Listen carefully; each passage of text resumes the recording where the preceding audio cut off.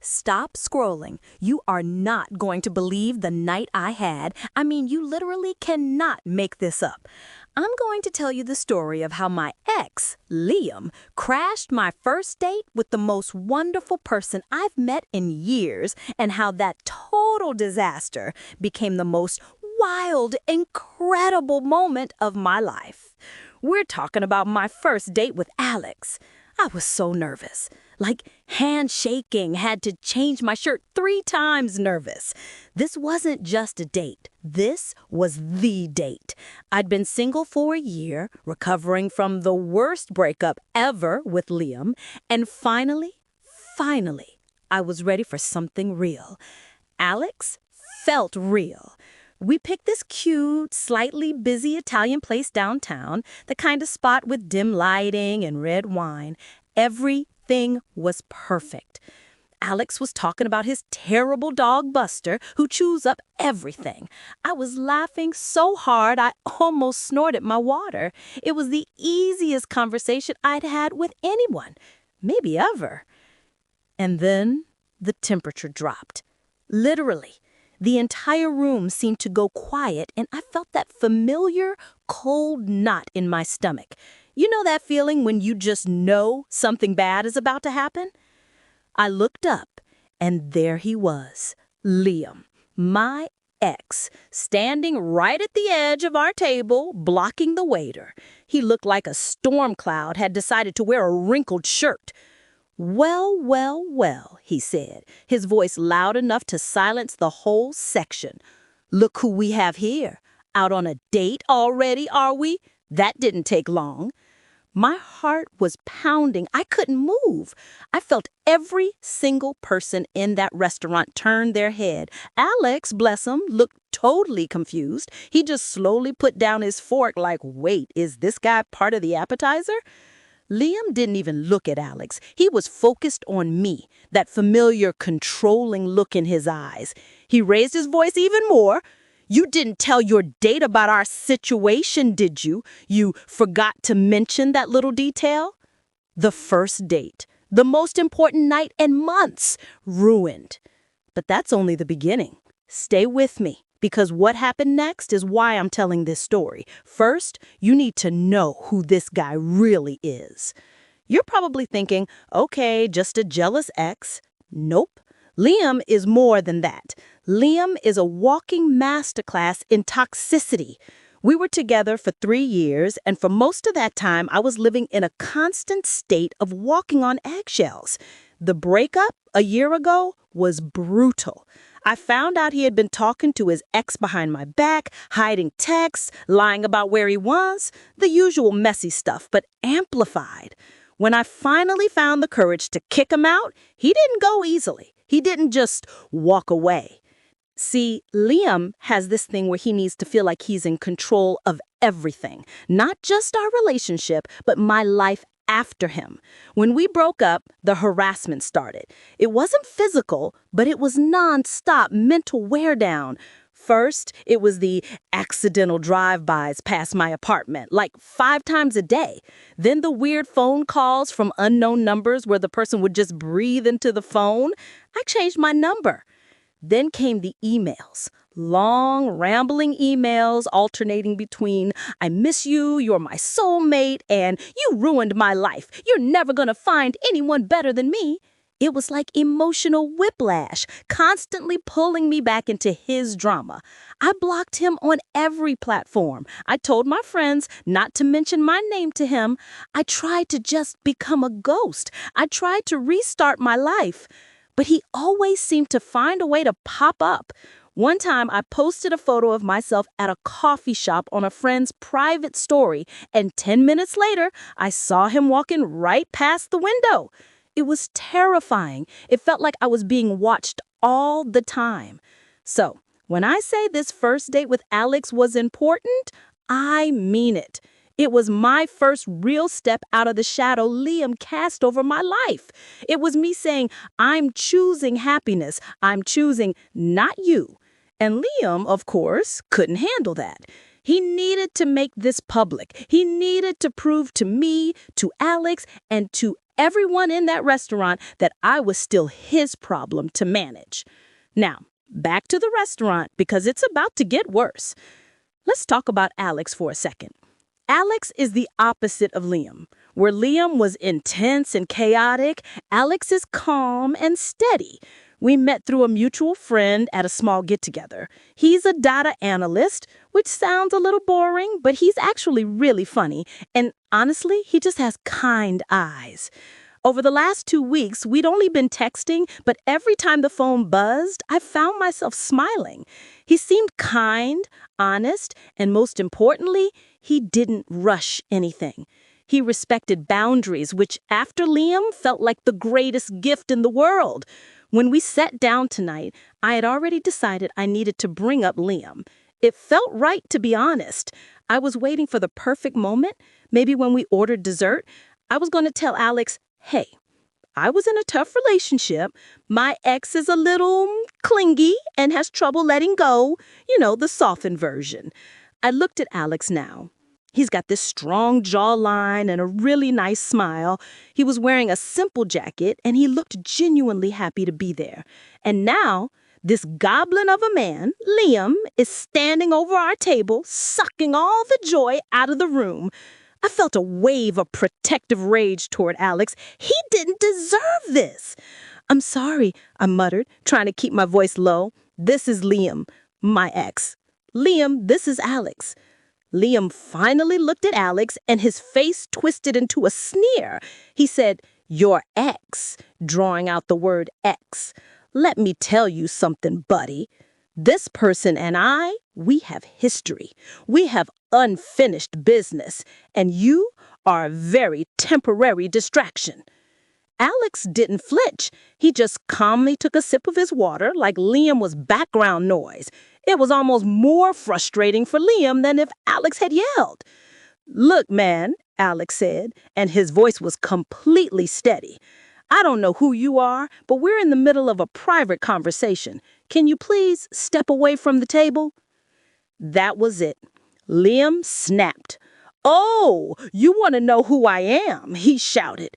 He slammed his hand on the table. The water glasses rattled. A few people gasped. The manager, a poor guy named Marco, was finally rushing over, looking totally lost. The whole room was watching. It felt like slow motion. I wanted the floor to open up and swallow me whole.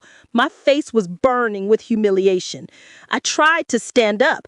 Liam, get out of here right now or I'm calling the police. Go ahead, he laughed, a cold, mean sound. Call them. I'm just telling the truth. I'm protecting this poor schmuck from a mistake I already made. This person is a user, a liar, a ghoster who steals and that's when Alex finally moved. Alex didn't stand up. He didn't raise his voice.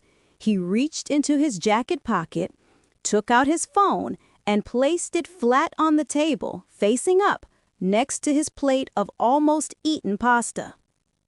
He tapped the screen once, and a clean, recorded voice filled the restaurant. Yeah, I know. I'm gonna make sure they can't find anyone else. I'll ruin every single date they go on. If I can't have them, nobody can. I'll tell everyone they're crazy and they stole from me. That'll teach them to leave me. The recording cut off. The sound of Liam's own voice saying the worst thing about his plan echoed in the sudden silence. Liam's jaw dropped. His whole body froze mid-shout. He looked at Alex's phone like it was a cobra. The manager, Marco, stopped dead in his tracks. Alex looked at Liam, a small, calm, almost bored expression on his face. You were saying something about using people, Liam? What is that? What the hell is that? Liam stammered, his bravado instantly gone, replaced by pure panic. Alex sighed, picking up his water glass again.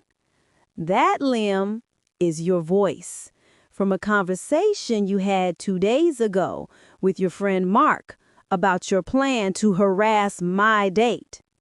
See, as a data analyst, I'm pretty good at connecting data points. I looked at Alex, my mind completely blown. He knew. Alex continued, still talking to Liam, but loud enough for the whole restaurant to hear. When someone you're interested in says they have a complicated situation with an ex, you don't just ignore it. You do a little checking. I'm a big believer in evidence. It took me about an hour of running your name, Liam, through some public records and social media monitoring tools to see a pattern.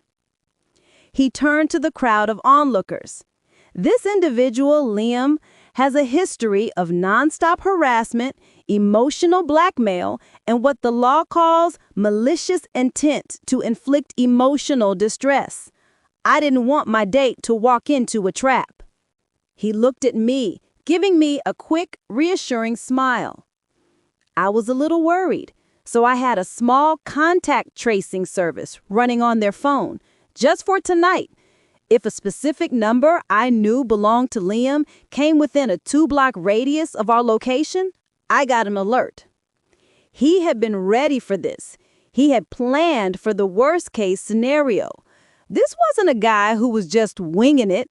This was a man who saw a problem, took my safety seriously, and solved it with data and planning. Liam was sputtering. "That's illegal. You can't record me. This is defamation. I'll sue you." Alex looked at him, and this time there was a genuine shift in his eyes. He wasn't bored anymore. He was cold. First, we're in a public space, so recording is fine. Second, the recording is of your public plan to defame my date with slanderous, made-up financial accusations. That, Liam, is a form of cyber stalking, and is now going to be a key part of the restraining order my attorney files tomorrow morning. He tapped a contact on his phone, holding it up to his ear. "Hey, Brenda. Yeah, it's Alex. We're at the Italian spot on Main Street, the one with the bad wine list. I have him right here. He just publicly attempted to ruin a first date with fabricated financial accusations. It's all recorded. Can you go ahead and file that injunction and temporary restraining order? I'll forward the audio and a few clear photos of him causing the scene to your office right now." Liam, the man who had been terrorizing me for a year, the man who had the confidence to stand in a restaurant and shout lies at the top of his lungs, suddenly looked small. He looked weak. He looked like the desperate bully he truly was. He didn't say a word. He just backed away, his face white, the color draining from his cheeks like a sink plug had been pulled. The manager, Marco, finally spoke, his voice much firmer now. "Sir," he said to Liam, "I think you need to leave, now, or the police will be here before your lawyer." Liam looked from me to Alex to the crowd of onlookers, many of whom were now clapping softly. He spun around and stormed out of the restaurant, disappearing into the night. The silence he left behind feeling almost as loud as his shouting had been. The moment Liam was gone, the tension broke. The entire restaurant erupted in chatter. Marco, the manager, rushed over, apologizing profusely. "I am so sorry," he said. "Your bill is on the house. Please, let me move you to a quieter, more private table." I looked at Alex. I didn't know what to say. My carefully planned speech about my clingy ex was now completely pointless.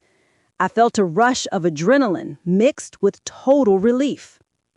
You had a plan?" I finally managed, my voice a little shaky. Alex gave a little shrug, the one that tells you he's really good at what he does, but he don't want to brag. "Look, when you told me you were getting over a bad breakup, I saw two things. First, a wonderful person I wanted to get to know. Second, the possibility of drama, and I prefer to deal with drama before it becomes a problem." He looked at me in the eyes, and this is what he said, the words that instantly made me know this was the person I wanted to keep around. My goal tonight wasn't just to have a nice dinner. My goal was to make sure you felt safe and that any attempt to interrupt your happiness was shut down immediately and permanently. Liam was trying to take your power. My job was to help you take it back. We moved to the private table. We finished our drinks. The conversation wasn't about Buster the dog anymore. It was deep and real. I told him everything about Liam, the controlling behavior, the fear, the constant emotional sabotage. Alex just listened, not judging, just confirming that everything I felt was valid. And then we talked about the future. I felt a peace I hadn't felt in over a year. It's wild, right? A total disaster of a first date, and it was the strongest moment of connection I've ever had. So what happened after that night? 6 months later, the restraining order. Alex's lawyer, Brenda, filed that order the very next day with the audio recording of Liam's planned harassment and the manager's statement about the public scene. The judge granted a full 3-year restraining order. Liam cannot come within 500 feet of me. He cannot contact me, my friends, or my family. The legal system finally shut the door on him. The fallout. Liam tried to fight it, but the clear evidence of his calculated plan, including his own recorded voice, made his case a joke. He had to pay a large fine for wasting the court's time. All the people he tried to involve in his lies backed away from him when they saw the evidence. He lost friends, and frankly, he lost any chance of causing me harm again. The relationship. Alex and I, we're still together. That disaster of a first date taught me that my worth is not determined by the chaos of my past, but by the person who chooses to stand by me and fight for my peace. Alex didn't run when the drama arrived. He just handled it. We joke that our first date was the most intense background check ever. Our second date was a quiet night in, watching a silly movie and ordering bad takeout, which felt like the biggest reward after all the drama. If you take anything from this story, take this. When someone tries to make your life small and filled with chaos, when they try to tell the world who you are with their lies, look for the person who brings logic, preparation, and steady strength. Look for the person who respects you enough to be prepared to fight for your happiness, not just enjoy it. That night, my ex thought he was taking everything from me. He thought he was taking my new date, my dignity, and my peace. But what he really did was give me the clearest, most undeniable proof that I finally found the right person. Someone who had my back even before I knew I needed them. It's a messy world out there. Don't let anyone convince you that the mess is your fault. Sometimes all it takes is one person with a good plan and a simple recording to shut down a bully for good. Now, if you'll excuse me, I'm going to go call Alex and tell him I'm ready for our 2nd anniversary dinner. I hear that Italian spot has finally updated its wine list. Thanks for watching all the way to the end. I hope this gave you the strength to handle the bullies in your own life. Don't forget to like and subscribe so you don't miss my next story about Buster the dog's latest acts of chaos. Trust me, it's a lot less stressful than Liam.